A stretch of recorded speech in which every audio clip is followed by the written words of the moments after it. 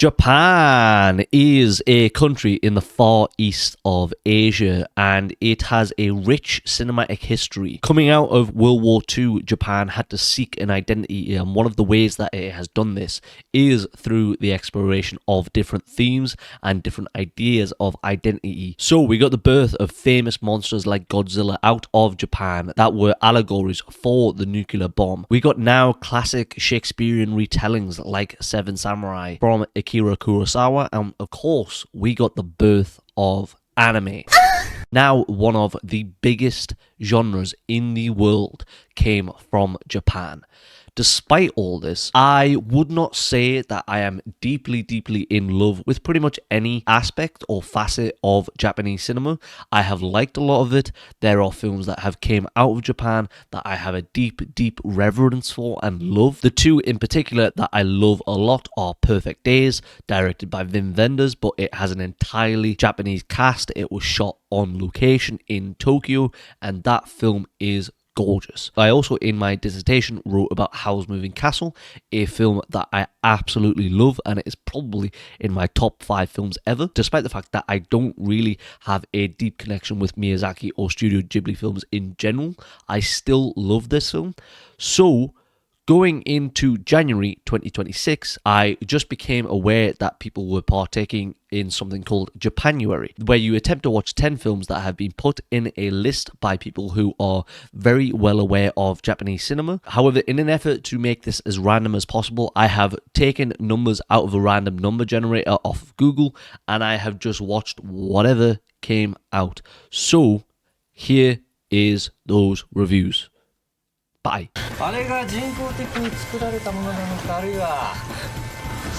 So, if I was a sort of parasocial weirdo who refused to talk to anyone, especially women, if I went to work and fell in love with a woman because she smiled at me for about 2 seconds, and I went home and jizzed into my hand because she smiled at me, if I then came across her in the street being raped and I attempted to stop it and was beaten up in the process, if she then took me home and I immediately tried to have sex with her after that, would that make me a bad person?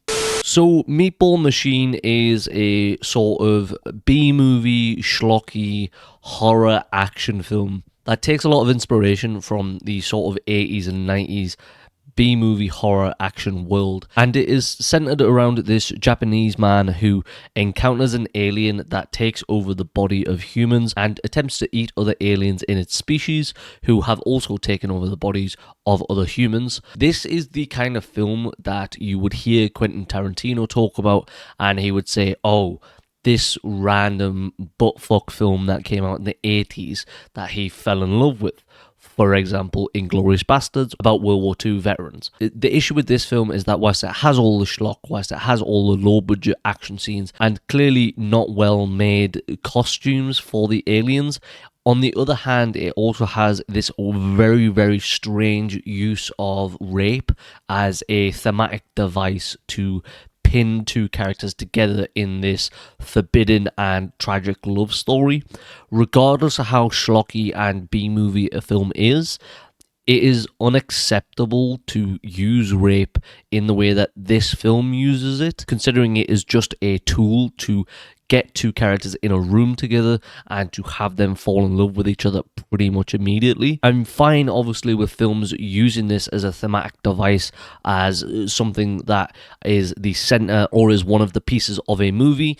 That is fine. I'm not saying that this should never exist on camera, but in this specific case, it does not highlight it as a issue of society. It does not use it to show that particular characters are worse than the protagonist, because the protagonist immediately after finding a woman in this situation then goes on to try and have sex with her anyways, regardless of whether or not that is by consent or not. That woman is not in a good enough state of mind where you encountering her should say, yeah, I should try and have sex with her. That seems reasonable. And there's a good end fight. The costumes are fun. The camera work is fun and silly. There's some schlocky action that brings laughs out. But ultimately, how good I think this film is or can be is ultimately capped at this very weird use of rape as a story device. It's inevitable that this just doesn't work and, in my opinion, is unacceptable. 両方を助けようと思っただけです。両方は Charisma is a film by Kiyoshi Kurosawa and it stars Koji Yakusho. This is my first Kurosawa film. He is a director that I've been quite interested in because of films I've heard of, Pulse and more recently Cloud. These are films that have a sort of mystery about them, but also a spirituality and something mystical and magical to them. He seems to take the almost very common crime mystery and then just absolutely revert it onto its head. This one is, I would have to assume, his most experimental because there isn't very much plot, isn't really any much character development, and most of the scenes feel quite improvised and feel like they have basically just gone into the wilderness and said whatever comes out is what comes out. With that being said, this sounds like the film could be a absolute disaster. Instead, I think this film is incredible. I think that it looks unbelievable. I think Koji Yakusho is absolutely incredible in this film. He doesn't really do a lot. You know, his facial expressions, his body language never really changes very much. But through his actions, as well as his cool one-off liners, he is able to convey so much about his changing demeanor and his changing personality that he has gained from leaving the police force and coming out into the wilderness and becoming obsessed with this tree. There is so much about this film that I feel like I don't understand, and yet I don't feel like that is a fault of the film. I feel like that is a fault of me not understanding it and needing to watch this probably at least 2 more times to really understand what is going on. There is the blanket sort of surface level story of people go mad over this tree. There is an ecological lens, there's a capitalism lens, there is the lens of the structure of Japanese society and what this film is trying to say about all of that. This film has so much going on in it and yet continues to be beautiful and sublime in its cinematography, and it's a credit to Kurosawa that the film looks as majestic as it does, despite the fact that it looks like it was filmed on a location that has 0 sets. It looks like it was just filmed in the wilderness. It looks like it was filmed on a nothing budget, and yet it looks unbelievable, particularly towards the start of the film. You think this is going to be more of a horror than it is because of how he lights his scenes, because of how the camera is so stagnant and refuses to move away from what it's showing you. I really, really enjoyed this film.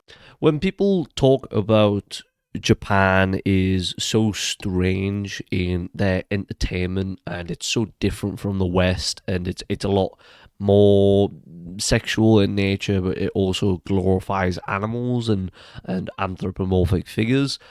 This is exactly the kind of weird shit they're talking about.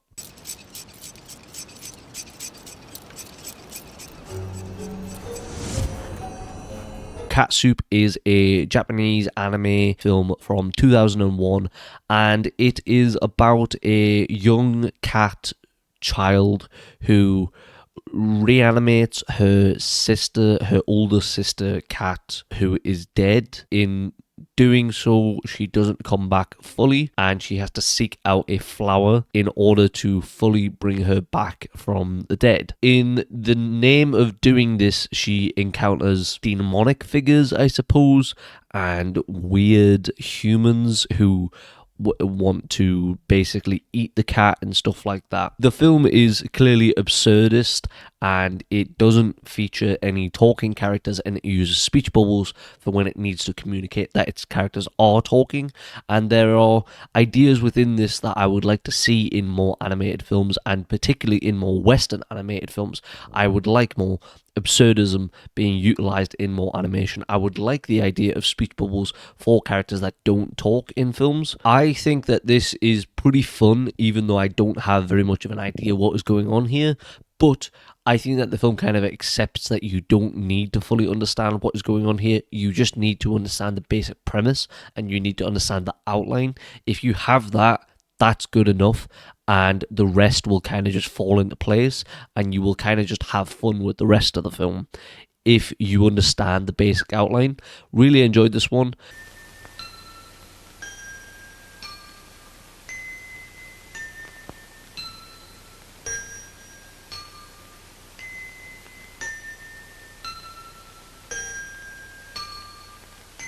So, Butterfly is a 1974 short film by the director, playwright, poet Shuji Terayama. This is a avant-garde, very expressionist form of LGBT cinema. The main goal of this seems to be to shock you as much as possible, whilst also begging the question of who is this for? Is this for the participants? Is it for the curious onlookers? Is this for the stray couple who are becoming a bit more adventurous? Or is this for society at large in the 1970s in Japan?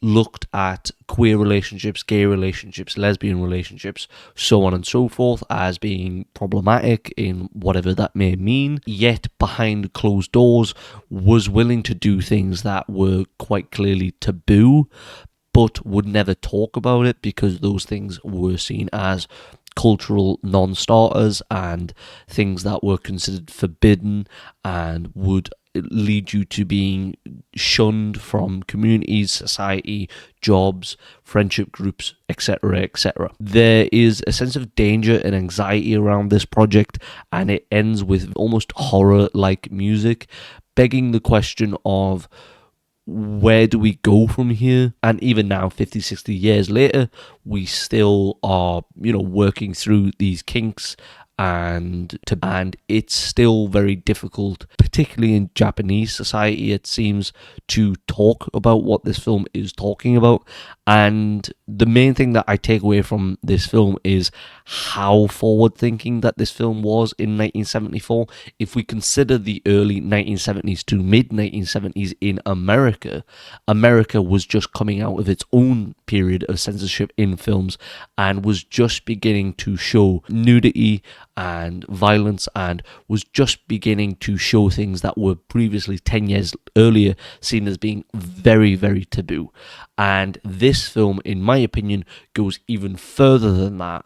And this is from a country that is by and large seen as being further back socially than where America was in the 1970s itself. I would think that when this film came out, it was seen as somewhat extraordinary and outright controversial and probably quite daring for Terayama and its actors to produce. Probably quite difficult for people that knew them to square away of why has he made this, what is the reasoning behind it.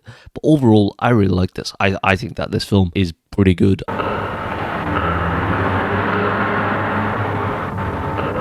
So Caterpillar is a short film by Shozin Fukui, who is a master of the cyberpunk genre within Japan. And this film is a montage of about 3 or 4 characters and then this sort of caterpillar monster who the film seems to imply is controlling the lives of these characters that we are looking at. The film seems to take place just on the streets of Tokyo, Kyoto, somewhere like that. And the actors, by and large, seem like non-professionals who have almost just been picked up off the street.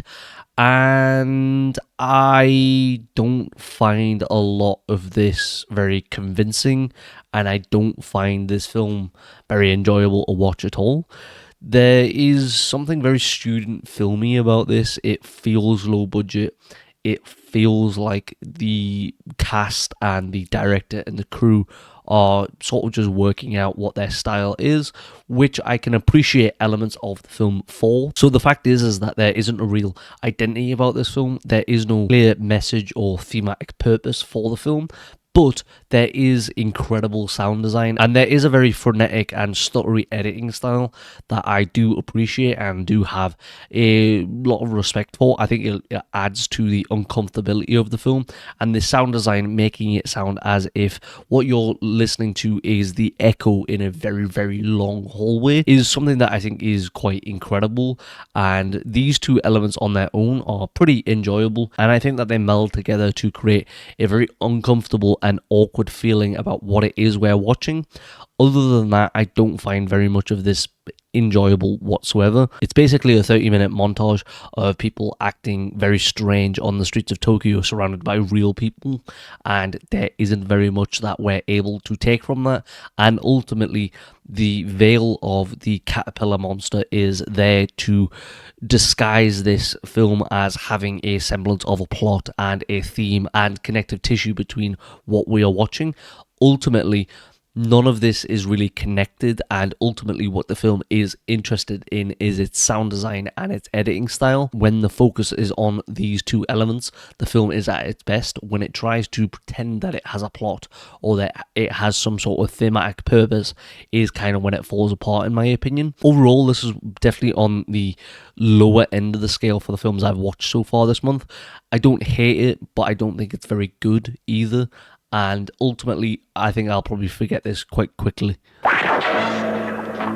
The Street Fighter. If you've got to fight, fight dirty. So, The Street Fighter is a legendary exploitation and grindhouse film starring Sonny Chiba, one of the earliest martial arts pioneers. The Street Fighter is obviously also really, really popular among American audiences. One of the big figures who has helped popularize these films is Quentin Tarantino, and also quite famously, The Street Fighter, the movie, is the influence behind the fighting arcade game, the series that features such legendary characters as Ryu, Ken, Chun-Li, etc., etc. These kinds of films are incredibly popular. This film in particular is very important to the environment that has risen up around these kinds of films, and without this, who knows what the martial arts film scene would look like. And this film, to me, is very interesting because it has an enduring legacy as one of the most popular films that features in this martial arts scene. It's interesting because whilst the film is quite good with its fight scenes and is very choppy and doesn't attempt to showcase a dance per se, but showcases almost real street fights, or at least what the film would have you believe real street fights mixed in with martial arts looks like. On the other hand, the film also is incredibly sexist and I would say racist at certain points, and sometimes featuring as traits of the protagonist. The protagonist endures as one of the major figures in the martial arts movement and continues to be an enduring figure and to continue to have an important legacy and heritage in this scene and movement.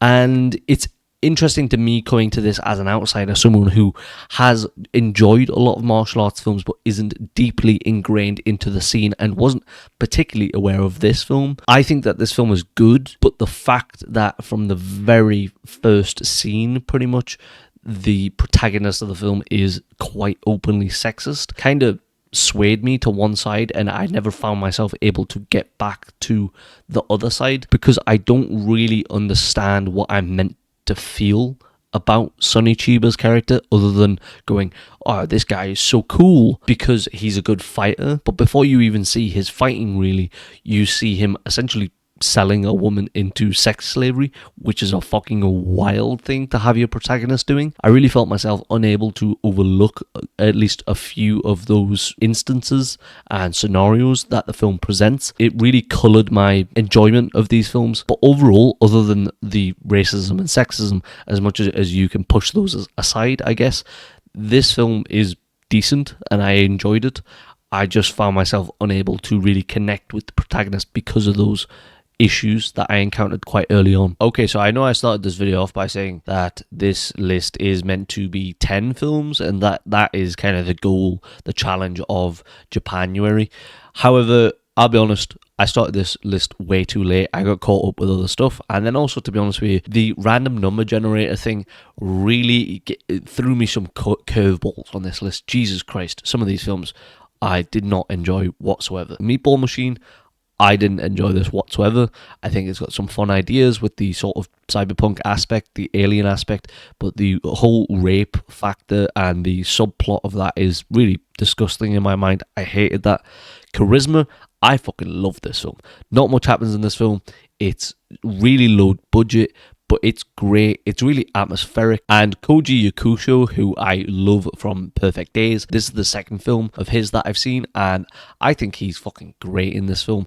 He has this perfect quietness to him where he's able to convey what he's thinking just through his facial expressions, and he does this in Perfect Days as well. Catsuit, Butterfly, Caterpillar, I enjoyed to varying degrees. Butterfly, I particularly like. I thought that film was striking and had a lot to say without saying anything. Catsuit, I thought was pretty fun. I enjoyed that. Nihilistic, but still quite charming and funny at times. Caterpillar, I didn't enjoy at all, other than the sound design. I thought was pretty entertaining. And then the last full feature film I watched is The Street Fighter. This was the inspiration for the Street Fighter genre, as I said in my review, and I don't know about this film. Yeah, I was very mixed on this. I can understand the inspiration it's been, but I just don't think the film is overly good, and it's a real B movie. And a lot of the aspects, particularly the treatment of women in this film, kind of rubbed me the wrong way. Ultimately, though, I've definitely gotten 2 or 3 out of this that I really enjoyed. Charisma, Catsuit, Butterfly, I think that those are really good, and those would be the ones that I recommend.